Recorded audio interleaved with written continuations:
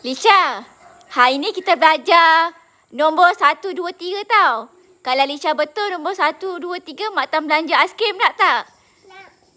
Okey, Lisha tulis dekat ni. Papai ni. Buat nombor 1 dulu. Macam mana nombor 1? 1 macam panjang. Betul. Lepas tu Lisha tulis nombor 2 pula. Nombor 2 macam ni.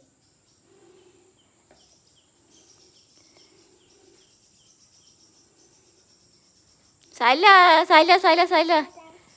Nombor 2 macam mana? Nombor 2 macam mana? Tulis balik.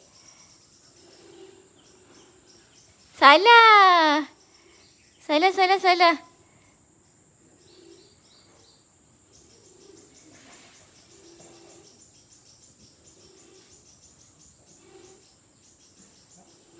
Macam mana nombor 2? 2 macam ni.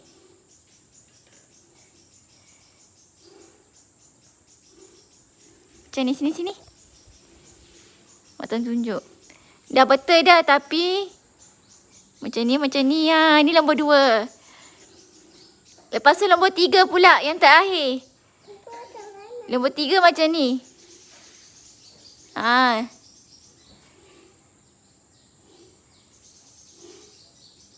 Betul tapi Lisha kena buat macam ni. Macam ni. Okey. Good. Bye.